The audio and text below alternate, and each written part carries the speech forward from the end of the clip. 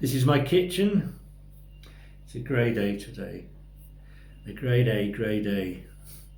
Tomorrow it's supposed to be sunny, and the rest of the week should be reasonably sunny.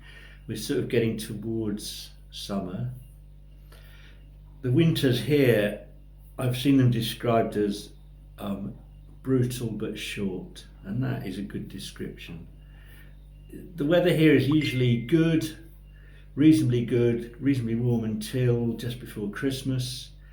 But then when you come back in January, or I tend to, because I tend to go home for Christmas in England, the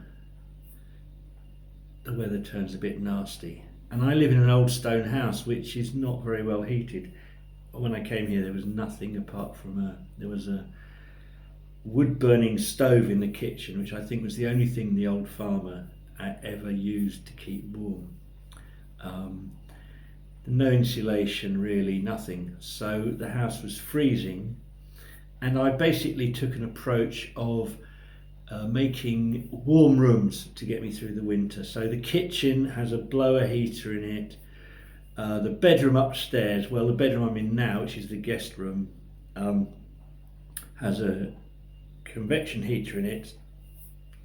The bathroom, the little bathroom, I put a radiator in, so I could warm up the bathroom, have a shower. Now luckily when I got here there was a big water heater, and it provides beautiful steaming hot water every morning. It heats up the water on the cheap electricity during the night, and I have hot water all day, and usually it lasts all day and then it just reheats it up to the temperature in the night. So once I had the bathroom warmed up, and that in itself was a mission because the bathroom actually had a window in it. Oh, when I first came it had a bidet in it, and the sink was outside the bathroom in the hallway.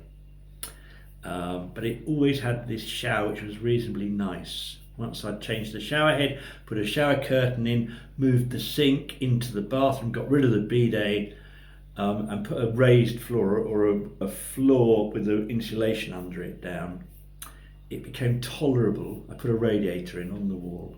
It became tolerable. I could heat it and get it warm enough for a shower, and then I'd have to put a warm dressing gown on and run through the house up to my warm bedroom, get dressed. In my warm bedroom, I say, actually in the first winter my bedroom wasn't very warm. It had the window was half broken, patched up with cardboard. The ceiling was totally uninsulated, just floorboards, and the floor below me was totally uninsulated, just floorboards. So although I could get it reasonably warm, it was never that great. And then I'd get dressed, put a scarf and a hat on, and run down to the kitchen, which was always quite warm, which is where I'm sitting now, in a big stone-walled kitchen. And it hasn't changed that much, but I am making progress.